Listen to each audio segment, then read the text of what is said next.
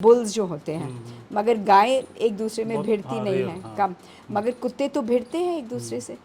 तो आपको आ, पता होना चाहिए कौन से कुत्ते की किस से नहीं बनती है ना? वो कैसे पता अच्छा, ये चले? भी है। बिल्कुल। मतलब बड़े, देसी नस्ल के हों तब भी ऐसा होता है, टेरिटरी बिल्कुल। वाइज तो एक समझ में आता है। नहीं नहीं, बिल्कुल। एक कुत्ता दूसरे से लड़ता है। हम्म? और उसकी एक बार लड़ाई होती, फिर दोबारा वो कभी नहीं बनेगा उसके साथ। जब भी देखेंगे लड़ पड़ेंगे, लड़ेंगे। हमेशा। क्यों लड़ते हैं ये, मतलब? क्यों लड़ते हैं? किसी ने किसी को गाली दे दी अच्छा। अपनी भाषा में, किसी ने चैलेंज कर दिया, ये मेरी जगह तुम उठो, यहाँ एक बिस्तरा है केवल, तुम उठो, अच्छा, नहीं मैं बैठा हूँ। ये तो इंसानों जैसी टेंडेंसी। बिल्कुल, ये इंसान ही तो है। हर जीव इंसान की तरह तो होते हैं। उनको प्यार, मोहब्बत, डर, ईर्ष्या, लगन, भूख, प्यास, सर्दी, गर्मी, सब कुछ बराबरी से लगता मगर है। एक चीज़ में फ़र्क है, आपने कहा कुत्ते अगर आपस में लड़ जाते हैं तो दोबारा दोस्ती नहीं होती है। यहाँ तो हाँ, पार्टी में भी लड़ जाते हैं, फिर मिल भी जाते हैं। मगर मगर फूट तो कहीं ना कहीं रहती है। हाँ, मन में टीस रहती है। फूट तो कहीं कहीं रहती है। अच्छा, एक चीज़ और समझना चाहता हूँ, क्योंकि कुत्ता हमेशा से कुत्ता लोगों के, ईमानदार है, इसके हाँ, बारे में ऊपर ऊपर से कुछ नहीं बोलता है और अंदर अंदर से कुछ और नहीं सोचता। फ़र्क ये है। तो हम ऊपर ऊपर से बेशक जोड़ लेते हैं, मगर अंदर अंदर से, मगर कुत्ता जो है उसमें ये छल कपट नहीं है। मतलब वो सलमान खान का जो डायलॉग है कि दिल में आता हूँ दिमाग में नहीं, कुत्तों के लिए फिट है। बिल्कुल। तो जो बोलते हैं वही करते हैं, जो सोचते हैं वही करते हैं। ये नहीं कि कुछ और बोला, कुछ और सोच कुछ किया। और रहे हैं कि इनको टारगेट करना है, दिल नहीं ऊपर से नहीं, दिखा रहे हैं कि हम और बहुत अच्छे हैं। इनके मन में कोई छल कपट नहीं। जैसे हैं वैसे ही हैं, और कुछ नहीं है। और ये नहीं है कि वो रोज़ सुबह उठते हैं कि हमने किसी को जाकर काटना है। नहीं, it's not a pre meditated action. जब भी काट होती है, it's a purely reactive action. उस परिस्थिति में क्या हुआ है, किस चीज़ से वो डर गए या बिगड़ गए या परेशान हुए, और उस कारण वो रिएक्ट कर गए, वही चीज़। और 2 मिनट में वो भूल भी जाते हैं। अच्छा। अगर किसी को काटा है, ये नहीं कि इंसान से वो दुश्मनी रखते हैं कि हाँ, अगर दुश्मनी तब रखते हैं अगर वो इंसान उनको रोज़ मारता है, भगाता है, तंग करता है, परेशान, फिर वो उस इंसान से या तो दूर रहते हैं, या फिर वो जाकर उस इंसान को रिएक्ट करते हैं। अगर वो सोचते हैं कि वो कर सकते हैं उनको उनको वापसी में, तो फिर करेंगे। अगर उस इंसान ने मारा, पीटा, परेशान किया, तंग किया, तो या तो वो भागते हैं उस इंसान से, या फिर वापस अपने बचाव में रिएक्ट एक करेंगे। चीज़ और समझना चाहूँगा, चूँकि ताकि बाकी के जो दर्शक हैं उस बात को समझे, कुत्ते हमारे जीवन में महत्वपूर्ण क्यों हैं?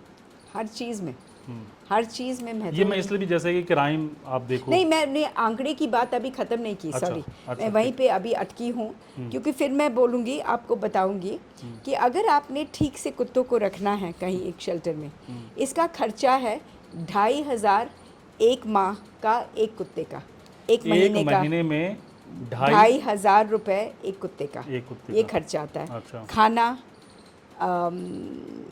देखभाल, सफाई, डॉक्टर का फीस, सफाई, बिजली, पानी। ये मतलब लैंड कॉस्ट नहीं है, बेसिकली उसका no no, maintenance cost only है। Maintenance cost, only food, treatment, shelter, which means बिजली, पानी। ये सब 2,500 में हो जाएगा, 2,500 में एक कुत्ता। यानी साल में लगभग 30,000 के करीब। हाँ, 12-13, हाँ, ठीक है। Right, about that much. और अब आप बोल रहे हैं, और ये लोग बोल रहे हैं बिना कोई सबूत के, बिना कोई एविडेंस, फिर भी हवा में उन्होंने फिगर निकाला है 10 लाख कुत्ते। अगर 10 लाख कुत्ते हैं, आप मल्टीप्लाई करो 2,500 से, 250 करोड़ हर महीने इनकी बस परवरिश में। तो क्या, जैसे आपने बोला, देश में इतनी ज़्यादा मसले हैं, हम सरकारी स्कूल नहीं चला पा रहे हैं, बिल्कुल, हम सरकारी अस्पताल नहीं चलवा बिल्कुल पा रहे हैं। बिल्कुल, तो यहाँ आप 2,500 करोड़ इस पे खर्चेंगे? It doesn't make sense, it doesn't make practical sense. क्या, और इसमें क्या होगा? इतनी अगर पैसे सैंक्शन भी हो, तो इसमें कितनी चोरी की गुंजाइश? कुत्ते तो बता नहीं सकते कि हमको खाना नहीं मिला आज। वही खाना जेब में। आपको याद है या लालू यादव का फॉडर स्कैम, जहाँ उसने गायों का फॉडर का पैसा सारा जेब में, अभी तक वो केस सजा याफ्ता है, चल रहा सजा है। काट रहे थे। तो फिर इसी पे उसने अपनी सीट खो दी थी। He was arrested in the fodder scam. तो वहाँ भी तो ऐसा ही हुआ, गायों के साथ उनका खाना छीन कर पैसे किसी ने जब्त कर दिए। वैसे ही कुत्तों के साथ होगा। अगर आप सोचें कि इतना ज़्यादा रकम इनके सच में हित में जाएगा, यू आर मिस्टेकन। जहाँ पे इतनी करप्शन की गुंजाइश है, तो ना समाधान होगा, ना कुत्तों की देखभाल होगी, और ना ही ये पैसा जाएगा जहाँ पे जाना चाहिए। तो ये वेस्ट है, it's a waste. It doesn't produce a solution, it doesn't produce any welfare for either human और dog. So why would we even go down this path, जहाँ it's a path of निश्चित failure. जब हमको मालूम है कि ये बिल्कुल ही नहीं चलने वाला, तो हम अकल से ये थोड़ी ना चूज़ करेंगे a path of certain failure. हम कभी ऐसा नहीं चूज़ करेंगे। बेसिकली आपको नेताओं पे भरोसा नहीं है कि भाई जब इन्होंने लोगों को ठगा, गायों को ठगा, तो कुत्तों के साथ क्या ही ये। बिल्कुल ठगेंगे, और ये तो जनता भी जानती है। आप हर स्कीम में देखो, जब तक आधार कार्ड नहीं आई थी तब हर स्कीम में घोटाला था। अब जो बैंक से पैसा पहुंच रही है, और वो इंसान है ना, वो बता सकते हैं सरकार को कि मेरे बैंक अकाउंट में नहीं आया, तो चोरी पकड़ी जा सकती है। यहाँ कुत्ता क्या बताएगा कि मेरे प्लेट में खाना नहीं आया आज, और कल, और परसों, और तरसों, जब तक मैं मर जाऊँ। डॉक्टर क्या बोलेगा? रेबीज़ था। डॉक्टर क्या बोलेगा? ओल्ड एज था। डॉक्टर क्या बोलेगा? किडनी इशू था। डॉक्टर क्या बोलेगा? लिवर इशू था।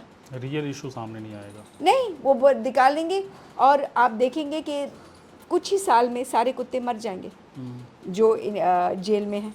किसी को मालूम ही ना पड़ेगा, किसी को फ़र्क ही ना पड़ेगा। सिर्फ वो कुत्तों को, जिनको इस तरीके से टॉर्चर करके, जेल करके मौत के घाट उतारा गया है। ये सवाल मैंने गोयल जी से भी पूछा था, हालांकि वो कुछ इस पर बता नहीं पाए। आपसे इसलिए पूछ रहा हूँ चूँकि आपने बहुत डिटेल में जानकारी दी। जैसे हमारे यहाँ खाना वेस्टेज बहुत है, चाहे होटल में देखें या घर में देखें। तो चूँकि मैं विज्ञान का छात्र रहा हूँ, अच्छा, तो इकोसिस्टम में हम लोगों ने ये पढ़ा है कि कैसे वो एक साइकिल चलता है आहार श्रृंखला में भी। तो अब वो एक अलग है, लेकिन यहाँ पे अगर मैं देखता हूँ कि जो सड़ा गलत चीज़ है, तो यहाँ पे उस तरह के अब चीज़ें ऐसे भी नहीं रहेगी जो सड़ा है। तो आमतौर पे क्या होता है, पशु, गाय हों, कुत्ते हों, वो उसको ईजिली खा जाते हैं। बिल्कुल ऑर्गेनिक जो भी चीज़ है। जी।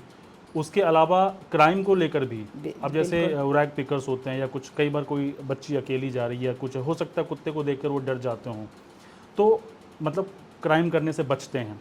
तो अगर इस तरह से सड़कों से कुत्ते को हटा दिया जाए तो क्या असर पड़ेगा? बहुत और असर किस तरह का पड़ेगा। असर पड़ेगा? थोड़ा डेटा बहुत अगर दे पाएँ असर, कहीं। बहुत असर पड़ेगा, क्योंकि ऑर्गेनिक फूड, जैसे आपने बोला, सच में ये ऑर्गेनिक वेस्ट स्कैवेंजर्स है। तो जहाँ पे हमारे कूड़े के दान में रोटी पड़ी है, चावल पड़े हैं, इवन कुछ चिकन कुछ मटन की कुछ दुकान है, वो हाँ, सारी चीज़ें। हाँ। फेंक देते हैं। तो कुत्ते ही इसका सफाया करते हैं। और नहीं तो ये हमारे हर जगह पे इतनी बदबू होती, क्योंकि दिस विल डिकम्पोज करके डिजीज़ भी स्प्रेड करेगा, बदबू भी। तो every colony will stink because of the waste. Second is like you, जैसे आपने बिल्कुल सही बोला है, क्राइम रेट्स विल सो। हर नेबरहुड में चोर कहाँ नहीं आते हैं जहाँ पे कुत्ते तैनात हैं।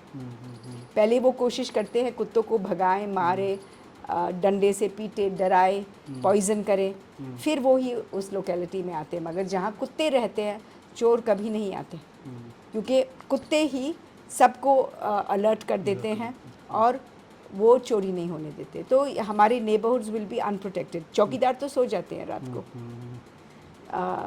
और उनकी गलती भी नहीं है। इतनी लंबी ड्यूटी, आंख तो लगी जाती है, मगर कुत्ता नहीं सोता।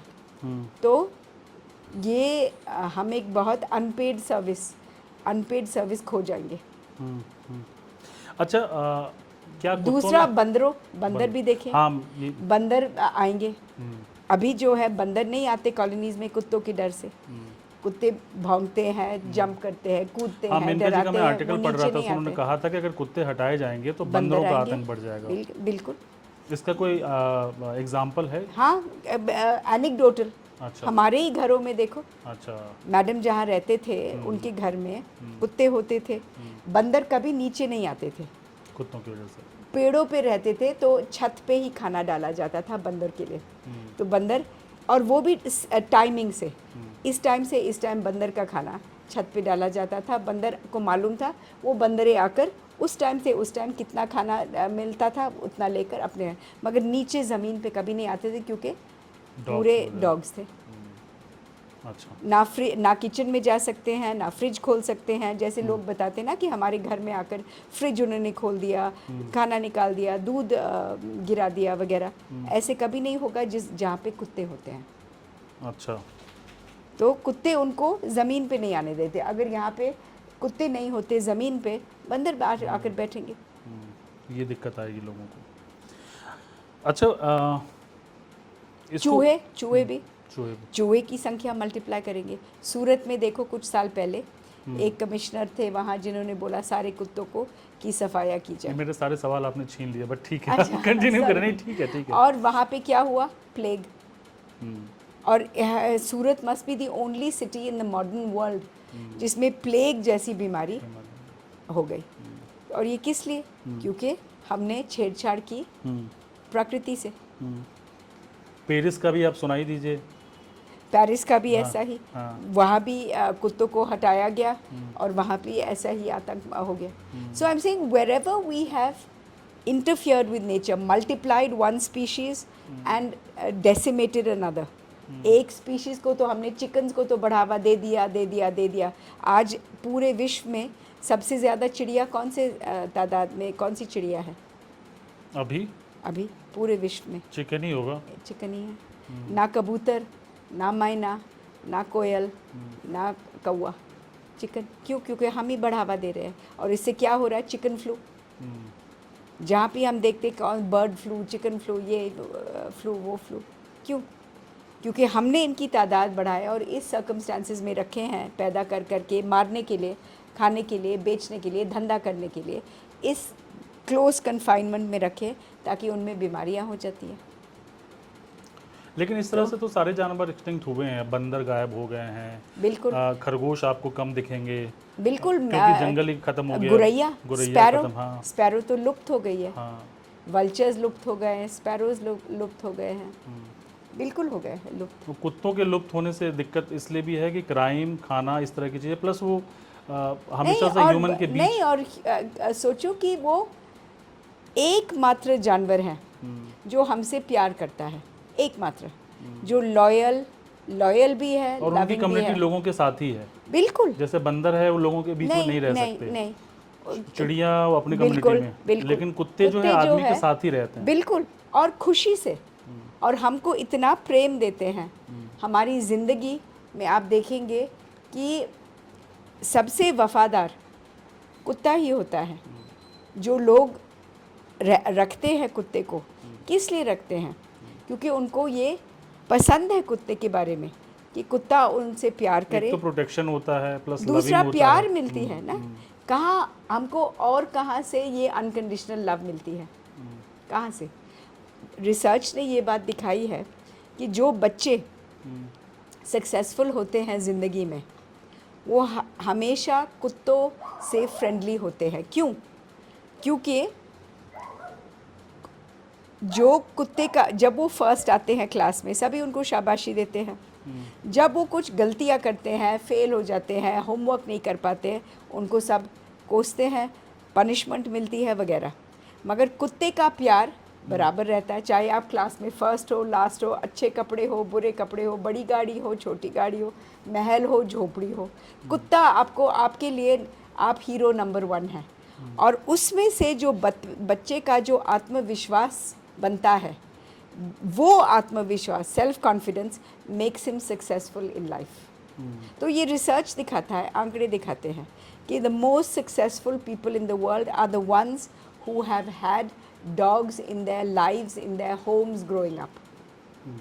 तो आत्मविश्वास जो इंसान में पैदा करते हैं कुत्ते, वो कहाँ से तो फिर हम आएगी? जो स्ट्रेस देखते, जो हॉस्पिटल्स में पेशेंट्स होते हैं, उनको कौन प्यार देता है? उनका स्ट्रेस कौन रिलीव करता है? कुत्ते।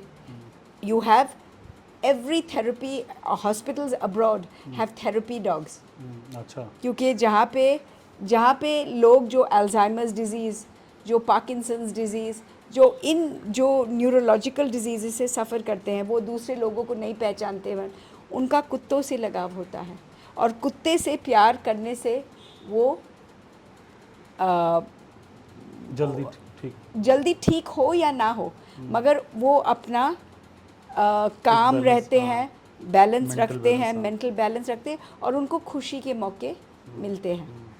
तो कुत्ते हमारे लिए, it's not just numbers, it is not just facts, it's not just figures, it is the emotions that dogs bring to our lives. Their honesty, their integrity, their loyalty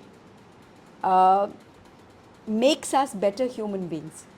जो लोग कुत्तों के साथ काम करते हैं, ये वही लोग हैं जो इंसानों की भी रक्षा करते हैं। जो लेबर लॉज, जो चिल्ड्रंस के लेबर्स लॉज थे इंग्लैंड में, जो सबसे पहले इंट्रोड्यूस किए थे, वो थे एनिमल वेलफेयरिस्ट। उन्होंने देखा कि बच्चों से काम ना लिया जाए। ये बच्चों वालों ने नहीं देखे, ह्यूमन राइट्स वालों ने नहीं देखे, एनिमल राइट्स वालों ने ये लॉ पुश करके करवाया।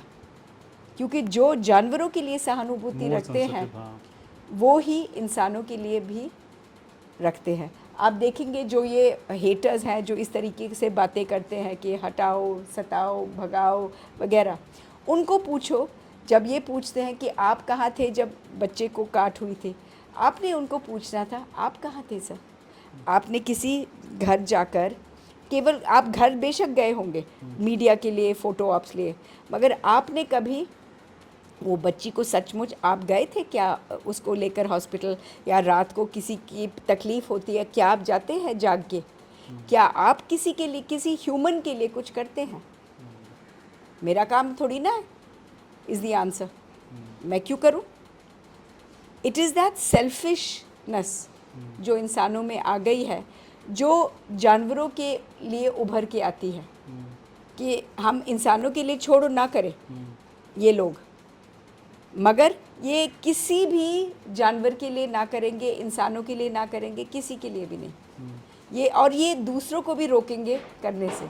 सबसे बुरी बात ये है कि खुद करो या ना करो, आप दूसरों को भी रोकेंगे और हमेशा सस्पेक्ट करेंगे कि अगर कोई अच्छा काम करेंगे, उनको तो ये समझ ही नहीं आता, तो ये अजीब अजीब अफवाहें फैलाते हैं कि इन लोगों को ज़रूर पैसा मिल रहा होगा, इसलिए ये जानवरों को खिलाते हैं। उन्होंने कहा कि एनजीओ के नाम पे जो है करप्शन करते हैं और यही लोग प्रोटेस्ट कर रहे हैं।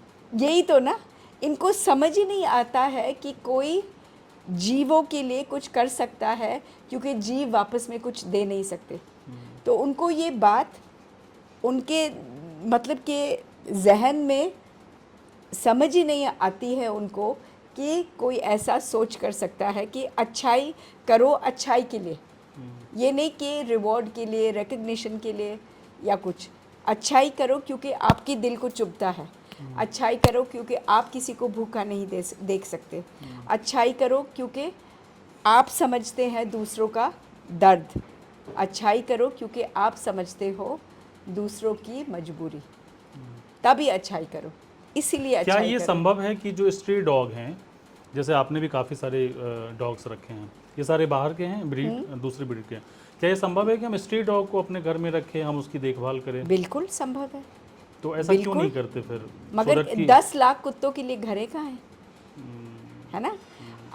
अगर फीडर्स को देखे, सब ने अपने घरों में कुछ ना कुछ कुत्ते रखे हैं। यही मेरा सवाल था, मगर वो बात स्ट्रीट ये डॉग है, नहीं रखते हैं क्यों? नहीं, बल्कि उनके लिए आसान होगा संभालना। नहीं, स्ट्रीट डॉग्स रखते हैं, क्यों नहीं रखते हैं? मैं मोस्टली मैं देखता हूँ वो जर्मन शेफर्ड और पता नहीं कितने सारे ब्रीड। वो बेशक ब्रीड का कुत्ता रखे या ना रखे, वो स्ट्रीट डॉग्स को ज़रूर पनाह देते हैं। हर एक फीडर के घर में एक जिसको ज़्यादा क्षमता है दो, मगर सब छोटे छोटे घरों में रहते हैं, फ्लैट्स में रहते हैं ना, तो कितने, और जब वो रखते हैं तो लोग उंगलियां उठाते, क्यों रखे हैं घर में, आपने 6 कुत्ते रखे हैं, क्यों, आपको किसने हक दिया है, तो करो तो मरो, ना करो तो मरो।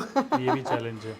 हाँ, तो जहाँ रखो तो कॉलोनी पूरी पड़ जाती है। आपके तो घर से शोर मचता है, आपके घर से बदबू आती है, आपके कुत्ते क्यों हैं इतने, किसने आपको परमिशन दिया है, क्यों आपने रखे हुए, और ना रखो तो बोलते हैं आपने क्यों नहीं रखे हुए। आप जैसे लोगों को भी झेलना पड़ता है सर? मतलब हाई प्रोफाइल है इसलिए पूछ रहा हूँ। कम झेलना पड़ता है। कम झेलना पड़ता है, मगर झेलना पड़ता है, मगर बात यह है कि अगर आप दिल से सच्चे हैं, अगर आप कोई गलत नहीं कर रहे हैं तो आपको डर किस बात की, अगर कोई कानून आप नहीं तोड़ रहे हैं, अगर आप कोई गलत बात नहीं कर रहे हैं, अगर आप किसी को परेशान करने की उद्देश्य से नहीं कर रहे हैं, तो आपको क्यों पीछे हटना। अगर मैं कल पीली साड़ी पहन लूँ और सब लोग बोले कि पीली साड़ी से हमको तकलीफ़ है, तो क्या पीली साड़ी का कसूर है। बच्चों को अंधेरे से डर लगता है, तो क्या रात का कसूर है। हम रात को भगा सकते हैं, है ना, तो कि हम क्या करते हैं, हम डर को भगा सकते हैं, रात को नहीं ना। तो हम बच्चों को सिखा सकते हैं कि डर से डरते नहीं है कोई, आपको रात में कुछ नहीं होगा, अंधेरा में आप सुरक्षित हैं। हम उनको समझाते हैं, वैसे ही हम हर डर का काबू कर सकते हैं, बच्चों को समझा को, बड़ों को समझाकर, क्यों ना। कुत्ते हमारे दुश्मन तो है नहीं, कुत्ते प्यार करने वाले होते हैं। फ़र्क क्या है उनमें और हम में, हमारे पास हाथ है, कुत्ते के पास केवल मुंह है, वो मुंह से आपको प्यार भी दिखा सकता है, वो अपनी रक्षा भी कर सकता है। तो आपके ऊपर है कि वो किस तरीके से आपके साथ व्यवहार करे। अगर आप उससे कठोरता से व्यवहार करें, कुत्ता फिर डर से रिएक्ट करेगा। अगर आप उससे प्यार से व्यवहार करें, कुत्ता हमेशा आपको प्यार और वफादारी वापसी में देगा। नहीं, ये इसमें थोड़ा आप ये पूछे कि फीडर्स को क्यों नहीं काटते हैं कोई, आपने कभी सोचा? लेकिन कई बार बच्चों को काट लेते हैं, आपने हाल नहीं, मगर इस माहौल में बच्चे हैं या कुछ महिला जा रही हैं, बच्चों को, और ठीक ठाक बड़ी महिला को मैं देख रहा हूँ कि गिरा दे रहे हैं कुत्ते, 5-6 कुत्ते उसके ऊपर चढ़ जा रहे हैं। नहीं, महिला गिरी है भागने से, हाँ, डर कुत्ते से। नहीं गिराया है। हाँ, मतलब कुत्ते को देखकर महिला भागी। अब भागोगे, कुत्ता प्राकृतिक चौकीदार है। जब चौकीदार किसी को देखता है भागते हुए, चौकीदार के मन में क्या आता है, जो सच में चौकीदार है, अपना ड्यूटी कर रहा है, तो अगर वो किसी को देखता है भागते हुए, क्या मन में आएगा, क्या है वो, चोर। कुत्ते के मन में भी वही बात आती है कि ये भाग रहे, ज़रूर कोई गलत बात हो रही है या कुछ देखने वाली चीज़ है, तो वो आपके पीछे भागेंगे।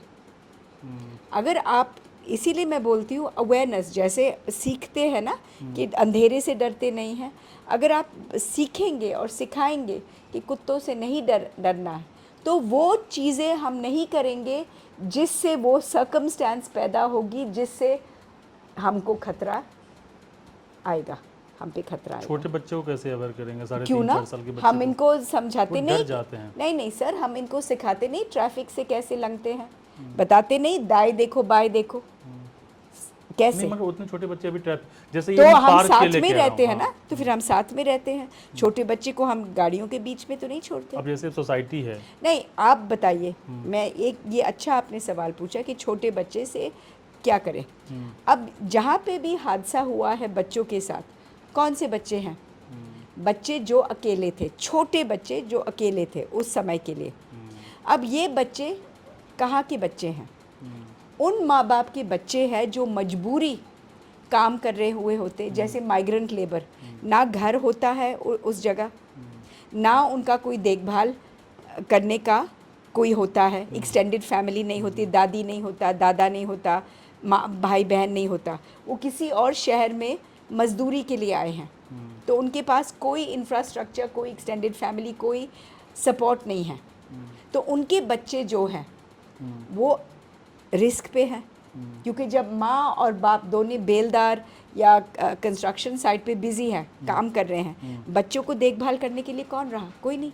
तो केवल कुत्तों से उनको खतरा नहीं है, वो ट्रैफिक से खतरा है, किडनैप से खतरा है, रेप से खतरा है, कई चीज़ों से खतरा है कि ना? बेसिकली है कि बच्चों बूढ़ों को आप अवेयर कीजिए। नहीं, मैं बोल रही हैं हमारा फ़र्ज़ होता है एज अ सोसाइटी, जो माइग्रेंट लेबर हैं और उनके बच्चे, क्यों ना हम उनके लिए सिस्टम सेटअप करें। क्रैश, ये जो बड़ी बड़ी इमारतें बन रही हैं जहाँ उनके माँ बाप नौकरी कर रहे हैं, उनके कॉन्ट्रैक्टर का कोई जिम्मेवारी नहीं है कि वो पता नहीं कर सकता कि यहाँ किन किन के पास बच्चे हैं छोटे, क्या उम्र के बच्चे हैं आपके।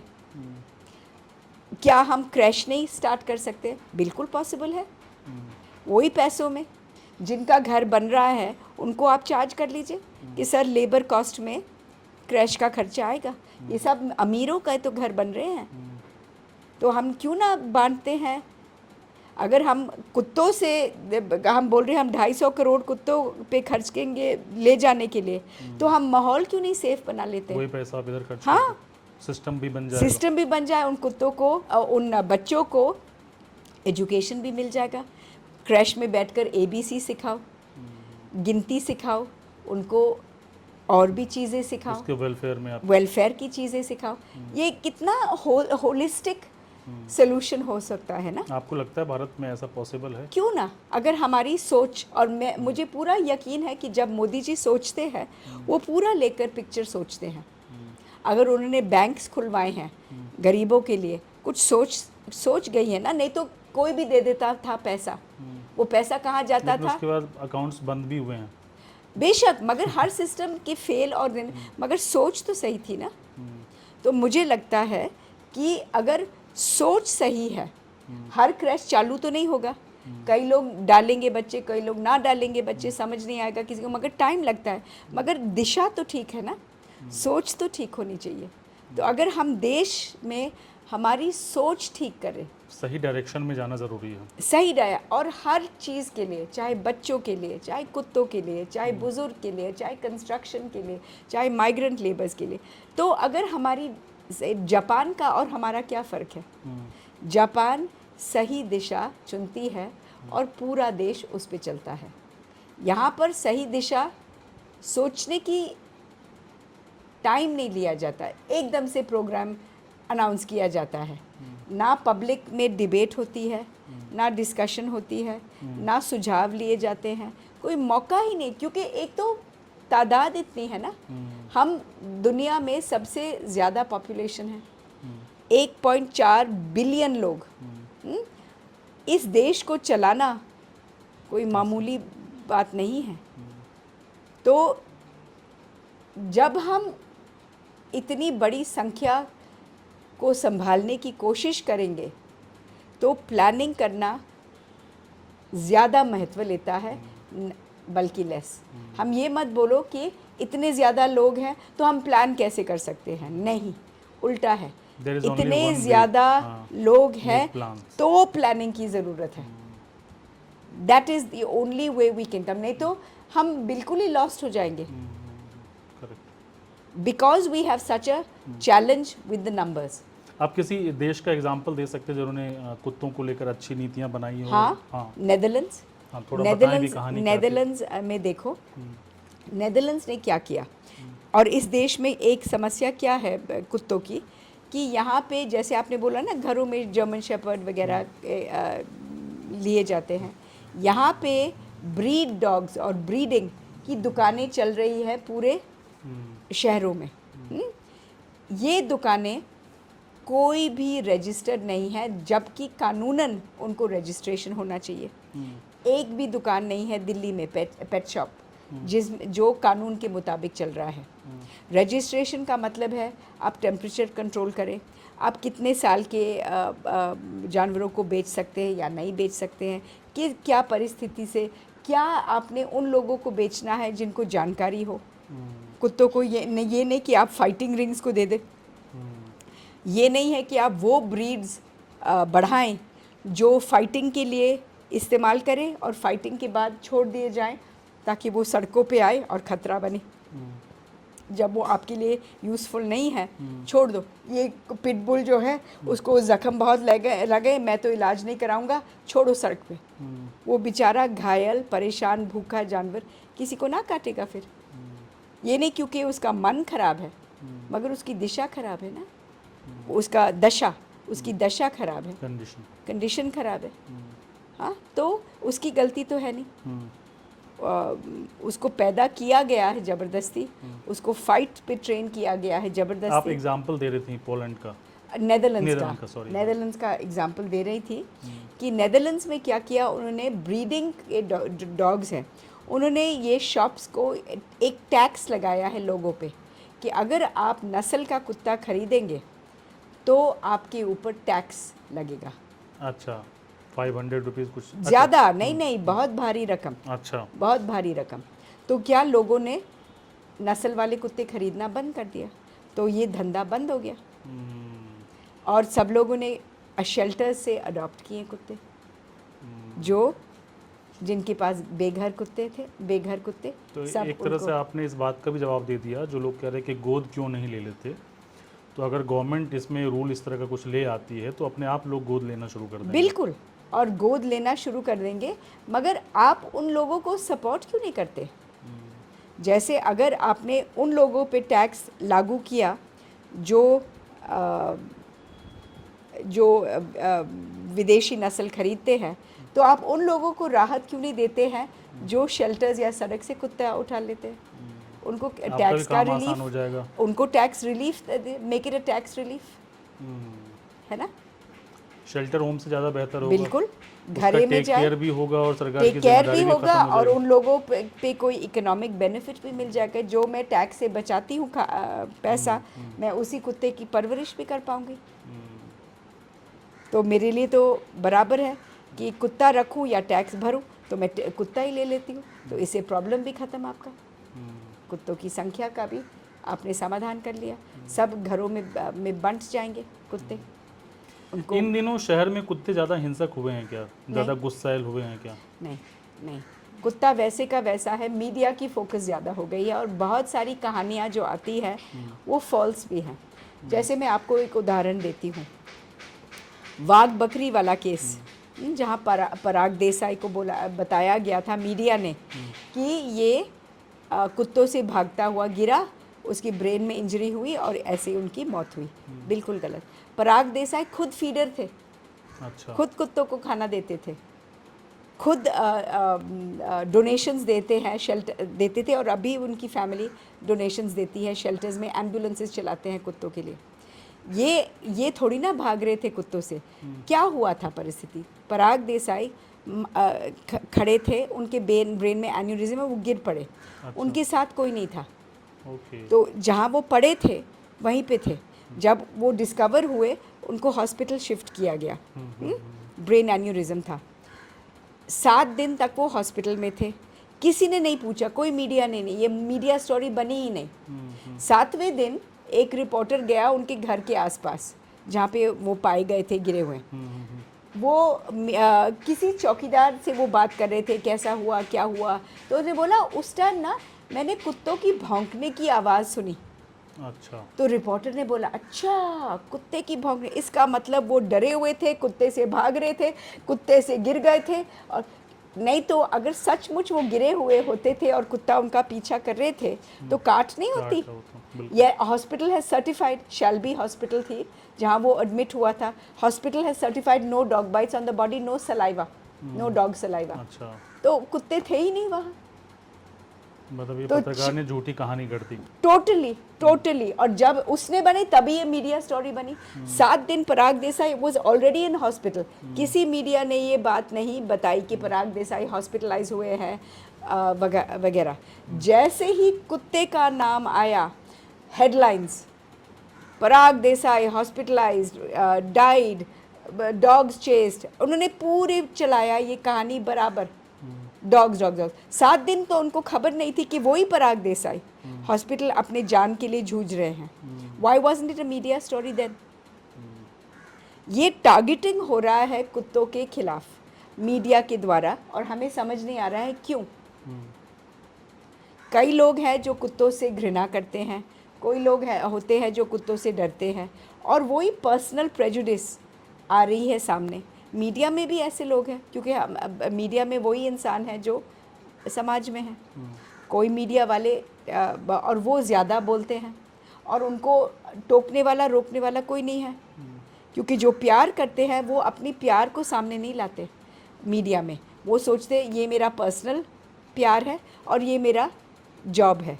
मगर जो हेट करते हैं वो ये फ़र्क नहीं देखते हैं। वो तो जहाँ भी मौका मिला अपनी घृणा, अपनी नफ़रत को एक्सप्रेस करने का या आगे चलाने का या बढ़ाने का या फैलाने का, वो ये काम कर रहे हैं। और ये 2 साल से कर रहे हैं, अभी के नहीं हैं। 2 साल से लगातार मीडिया, पहले एक कहावत होती थी बहुत मज़ेदार कि जब नया मीडिया वाला आता है दफ्तर में, उसको कैसे सिखाया जाता है कि न्यूज़ क्या है।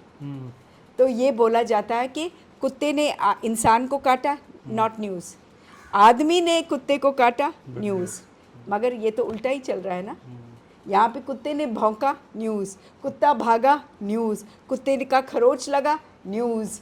आप कह रहे हैं पत्रकारिता का संविधान भी बदल गया है। सच्ची, आप खुद देखें, हाँ। खुद देखें। वो खुद अपने रूल्स के खिलाफ जा रहे हैं। जो न्यूज़ होता था, और क्यों कुत्ता की काट न्यूज़ नहीं थी, क्योंकि ये कुत्ते का नेचर नहीं है। मतलब दैट इज़ द ओनली तरीका a dog has to express himself. कुत्ता कभी बेवजह नहीं काटता, कभी नहीं। जो आप बोलते हैं ना बच्चों पे अटैक्स होते हैं, वो माहौल की वजह से। इसीलिए हम बोलते हैं और बताते हैं, और कानून बोलता है, बताता है कि कुत्तों को मारो मत, पीटो मत, भगाओ मत। क्यों?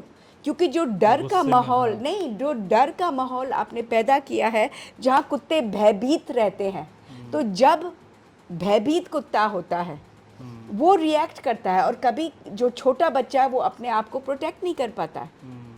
तो आपने ऐसा माहौल पैदा किया है, डर का माहौल का, फियरफुल कुत्ते को बना लिया है। तो ये सर्कमस्टेंसेस में कुत्ते, डाउटफुल डॉग्स, सशंकित कुत्ते होते हैं, बिल्कुल डर होता है। बिल्कुल, वो डरे हुए कुत्ते, वो इंसान को अब दोस्त की तरह नहीं देख रहे हैं। वो इंसान को डर की नज़र से देख रहे हैं, सस्पेक्ट कर रहे हैं कि ये हमको मारेंगे, पीटेंगे, भगाएंगे। क्योंकि उनके साथ हुआ, उनके बच्चे छीने जा रहे हैं, डुबो दिए जा रहे हैं उनके सामने। उनको एसिड उनके बदन पे फेंका जा रहा है। ऐसा आपने हाँ देखा है। अच्छा। बहुत सारे केसेस हैं। अच्छा। एसिड को फेंका जाता है उन पे, ओहो। हैंग लटका दिया जाता है फांसी से, गाड़ी से रस्सी से बांधकर उनको घसीटा जा रहा है। ये रोज़ की हादसा बन गई है। 23वीं मंजिल से फेंका जा रहा है। कुत्ते बेअकल नहीं हैं। उनके डीएनए में ये बात आ रही है धीरे धीरे कि इंसान दुश्मन है, दुश्मन बन रहा है। जहाँ ये इंसान को अपने सबसे अच्छा दोस्त, और इंसान इनको मानता है सबसे अच्छा, मैन्स बेस्ट फ्रेंड। अब ये दुश्मनी भारतवास में फैलाई जा रही है ज़बरदस्ती, लोगों को डरा डरा कर। आप रेबीज़ के आंकड़े देखें, हमारे देश में कितने लोग हैं? 1.4 बिलियन, है ना। रेबीज़ के आंकड़े क्या है? और ये सरकार के फिगर्स हैं, हवा में से नहीं लाए गए हैं, जैसे कुत्तों के आंकड़े, बाइट्स के आंकड़े वगैरह। कैसे ये आंकड़े? ये सरकार के आंकड़े हैं जो पार्लियामेंट में पेश किए गए हैं।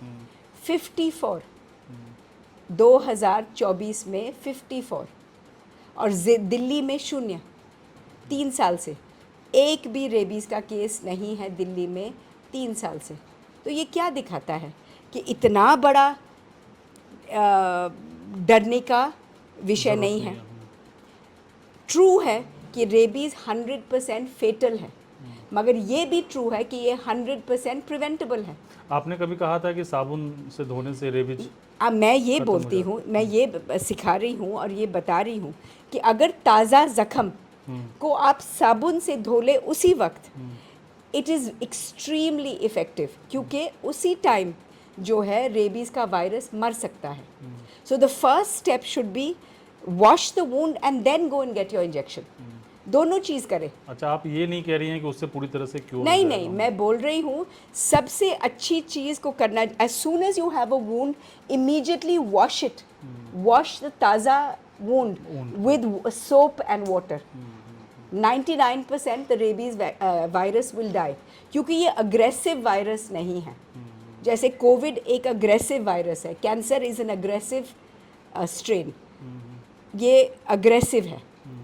रेबीज वायरस जो है is not an aggressive virus, delicate virus है। मैंने ये नहीं बोला मामूली है, मैंने बोला डेलिकेट है। डेलिकेट का मतलब जैसे it's a medical term, medical का मतलब है कि कोई अग्रेसिव स्ट्रेन्स होते हैं जो बहुत मुश्किल होती है उनको प्रिवेंट करने में, और कोई डेलिकेट स्ट्रेन्स होती हैं जो आसानी से काबू किया जाता है, उनको कंट्रोल किया जा सकता है, और रेबीज़ उनमें से है जो डेलिकेट वायरस है। और ये सबसे पहला स्टेप सब में होना चाहिए कि ताज़े ज़ख्म को अच्छे से पानी और साबुन से धोया जाए, और फिर जाकर आप अपना, अगर आप कुत्ते को जानते नहीं हैं, अगर आप कुत्ते को पहचानते, अगर कुत्ते वैक्सीनेटेड नहीं हैं, अगर कुत्ता वैक्सीनेटेड है, you do not need a vaccination, ये भी सही है। मगर फिर भी डॉक्टर से सलाह ले लेनी चाहिए। नहीं, सलाह ले सकते हैं, मगर if a dog is vaccinated then you do not need a vaccination, it is a medical fact. अगर कुत्ते में बीमारी नहीं है, वो कहाँ से देगा आपको? Why does he get a vaccination? ताकि उसको ये बीमारी हो ही नहीं सकती, नहीं तो वैक्सीनेशन हम ना ही करें। क्या सभी कुत्तों में बीमारी होती है? नहीं सर, हर एक वार्म ब्लडेड मैमल में ये बीमारी हो सकती है, ये नहीं कि बीमारी है।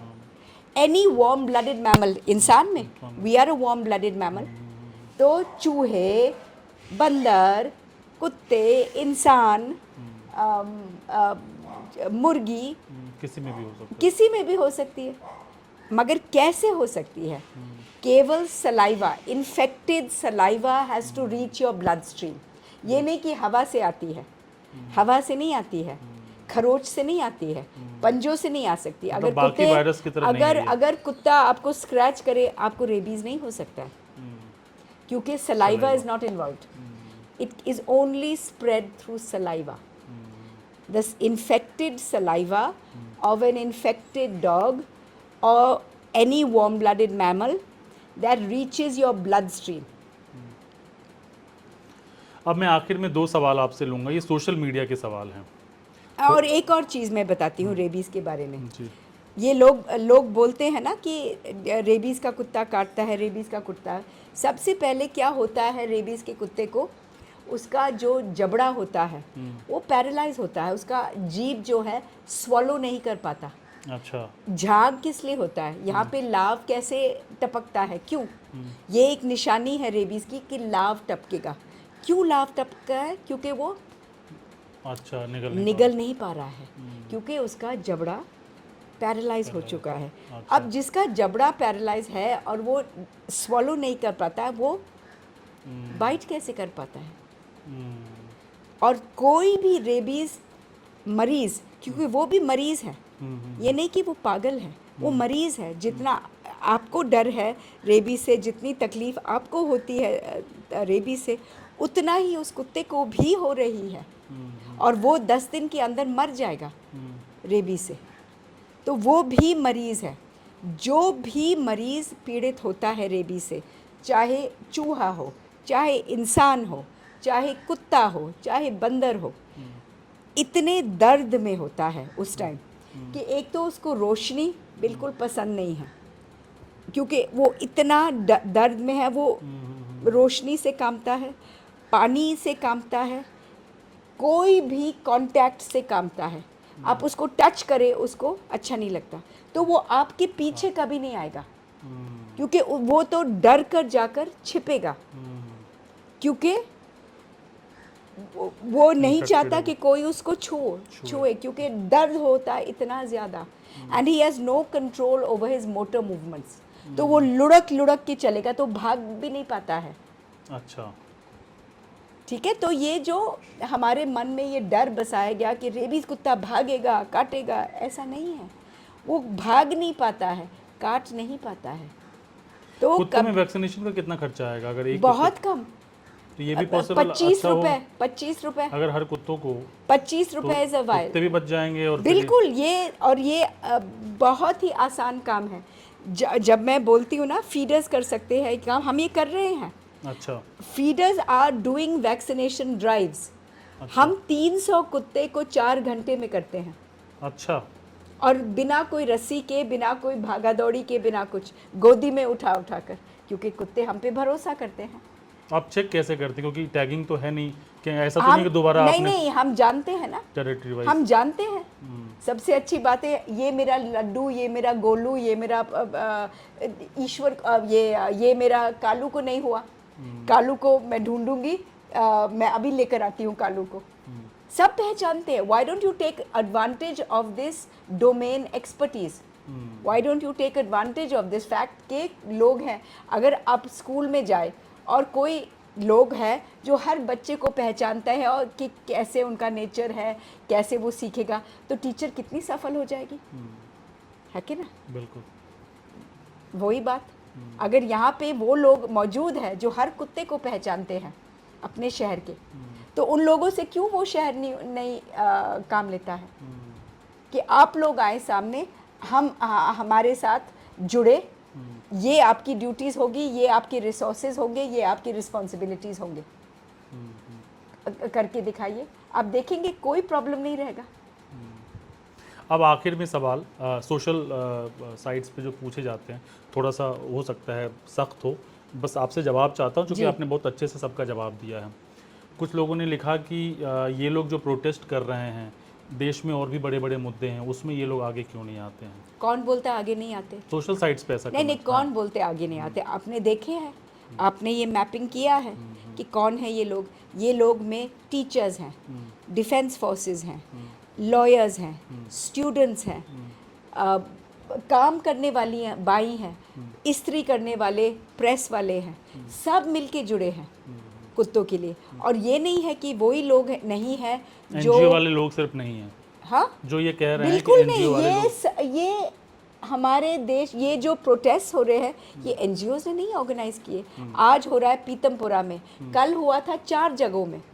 कल हुआ था गैलेरिया वहाँ पे, रामलीला मैदान में, हनुमान मंदिर में, सुभाष नगर में, और दिन भर लोग फ़ोन कर रहे हैं कि मैडम आप आएंगे, हम यहाँ कर रहे हैं, मैडम आप आएंगे, हम यहाँ कर रहे हैं। हमने ऑर्गेनाइज नहीं किया, हमने ऑर्गेनाइज नहीं किया। हम बेशक कहीं कहीं मौजूद हो जाते हैं लोगों के साथ खड़े होने के लिए, मगर these protest are spontaneous organic protest.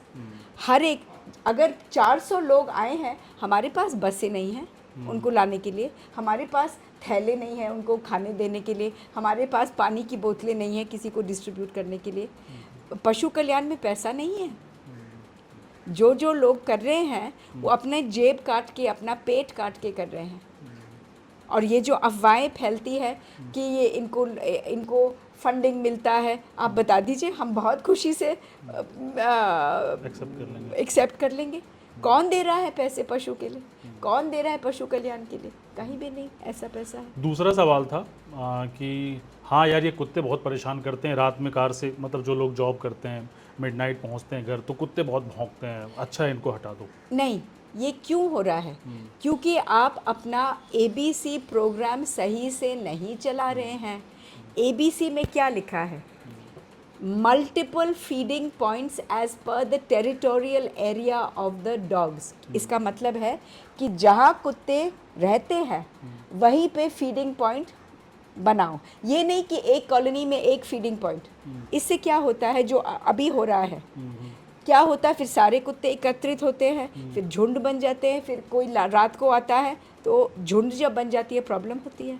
मगर अगर आप लॉ फॉलो करो और लॉजिक फॉलो करो और कुत्तों वालों को की बात सुनो और मानो। अगर हम बोलते हैं कि हमको 16 पॉइंट्स चाहिए, अगर हम 16 पॉइंट्स बनेंगे, एक पॉइंट पे 2 कुत्ते बैठेंगे, एक कुत्ता यहाँ बैठेगा, 3 कुत्ते यहाँ बैठेंगे, वहाँ पे एक कुत्ता, तो अलग अलग जगह बनेंगे। तो रात को कोई आया, कोई ऐसे नहीं है कि झुंड मिलेगा।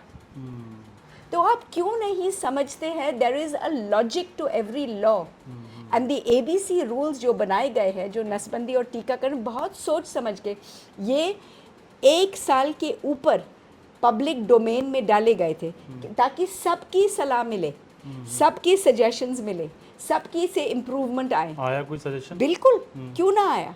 और ये जो 2001 के और 2023 के ज़मीन आसमान का फ़र्क है। 2023 के जो रूल्स बने हैं बहुत ही सही बने हैं और बहुत ही डिटेल में बने हैं। फीडिंग के क्या रूल्स है, 2001 में फीडिंग का जिक्र नहीं था, 2023 में फीडिंग का जिक्र क्यों है? एक्सपीरियंस से जो नसबंदी हो रही है ज़मीन पे, म्यूनसिपैलिटी नहीं कर पा रही है। अच्छा। कौन कर रहे हैं? फीडर्स। जहाँ 100 कुत्ते नसबंदी और टीकाकरण हुए हैं, 90% फीडर्स ने कराए हैं, 10% नसबंदी म्यूनसिपैलिटी का ने। कितना खर्चा होगा एक कुत्ते का? म्यूनसिपैलिटी देती है 1000 रुपये बस, 1000 और रुपये वन बस? टाइम। अच्छा। और ये एक टाइम का खर्च है, एक बार नसबंदी होता है, दोबारा नहीं ये होना। मैंने इसलिए भी पूछा क्योंकि आपने जो बताया कि शेल्टर होम का खर्चा और वो ये ये जो रेबीज का हाँ, आप हाँ, वैक्सीनेशन करवा रहे हो और 25 प्लस ये, रुपये तो 1000 मतलब मोटा मोटा 1500 रुपये अगर आप खर्च कर दो, 1500 भी नहीं, 1100 रुपये, 1100 रुपये में काम खत्म है आपका। और वन टाइम ना। और एनुअल वैक्सीनेशन का कराना है तो 25 रुपये, और वो भी फीडर्स को पे छोड़ दो, वो ही कराएंगे। आप उनको रेबीज वैक्सीन पकड़ा दो, वायल्स गवर्नमेंट दे दे, the feeders will organise the आपने वैक्सीनेशन। उस सवाल का भी जवाब दे दिया कि गोद क्यों नहीं लेते। आपने कहा कि अगर गवर्नमेंट टैक्स दे, मतलब टैक्स बेनिफिट दे या कुछ हाँ, इस इनेबल करे ना, सिर्फ बोलने का कि आप क्यों नहीं ले जाते। अरे मैं 40 कुत्तों को घर में तो नहीं रख सकती, आप ही फिर उंगली उठाएंगे कि आपके घर में 40 कुत्ते कैसे। हर फीडर की दिल में जगह है। अगर आप बोलो कि आप कुत्ते रख ले, बोले मैं बिल्कुल खुशी से रख लेती। हर कुत्ते की जो फीडर है उनकी तमन्ना यही है कि मेरे पास अगर बड़ा स्पेस होता तो मैं और कुत्तों को रख लेती। जितना भी उनके पास कैपेसिटी है फीडर्स रखते हैं। खुद उनको डर होता है कि कुत्ते बाहर बारिश में, सर्दी में, भूख में, एक्सीडेंट्स में का रिस्क है। वो खुद ही चाहते कि उनके पास सुरक्षित रहे, मगर उनके पास मीन्स नहीं है ना। हमारे पास थोड़ी ना है मीन्स। जितने आप देख रहे, जितने हमारे पास मीन्स हैं हमने रखे हुए हैं खुद। बिल्कुल, मैंने वीडियो बनाया भी है। हाँ, सब रखे हुए हैं। और ये सारे रेस्क्यू कुत्ते हैं, एक भी नहीं है खरीदा हुआ या कहीं से किसी से लिया हुआ। ये सारे रेस्क्यू कुत्ते हैं जिनके बेघर थे। मोटा मोटा मैंने सारे सवाल जो सोशल मीडिया पे आ रहे थे कि ऐसा क्यों नहीं है, वैसा क्यों नहीं है, मैंने सारी चीज़ें पूछी और आपने बड़े अच्छे से समझाया भी। आपकी बातों से झलक रहा है कि कुत्तों के प्रति जो आपका प्यार है।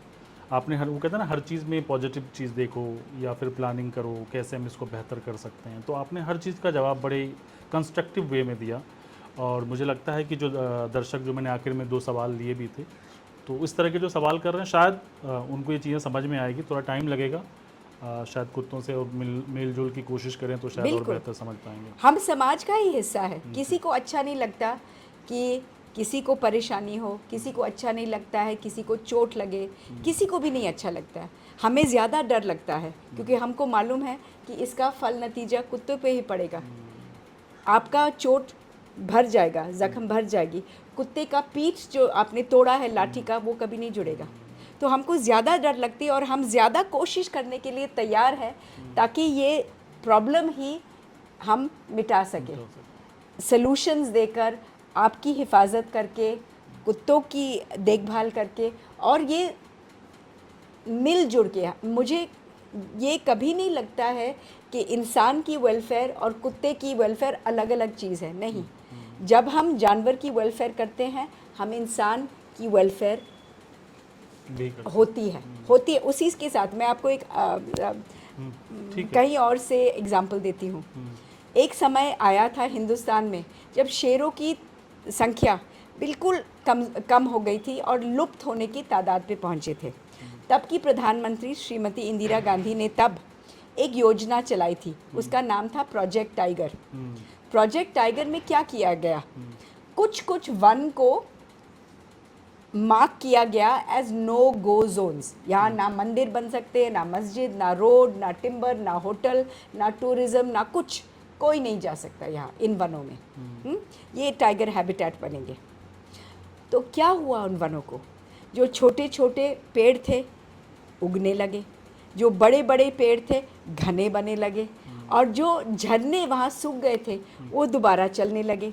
तो इससे क्या हुआ, जो गांव नहीं, जो गांव यहाँ पे रहते थे जंगल के डाउनस्ट्रीम, उनको 24 घंटे का फ्री पानी का सप्लाई मिलने लगा। जब बाढ़ आई तो वो नया तगड़ा जंगल ने बाढ़ को रोक लिया और सारे गांव बच गए। तो हम निकले थे किसको बचाने? शेर को।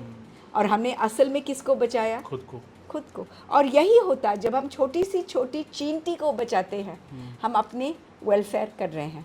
जब हम छिपकली को बचाते हैं, हमारे घर में मच्छर कम होंगे। जब हम केचुए को बचाते हैं, हमारी फसल बढ़िया होगी। तो हीलिंग जो है वो जानवरों के बचाव में हमारा बचाव है। जब हम क्रूरता करते हैं, हम ही ऐसी परिस्थिति पैदा करते हैं, लैंडस्लाइड, टाइफून, सुनामी। ये सब नेचर का तरीका है बताने का कि हम गलत रास्ते पे चल रहे हैं। चलिए, आप हमारे साथ जुड़ी और इतनी सारी बातचीत करी, बहुत शुक्रिया आपका, धन्यवाद। नमस्कार, धन्यवाद।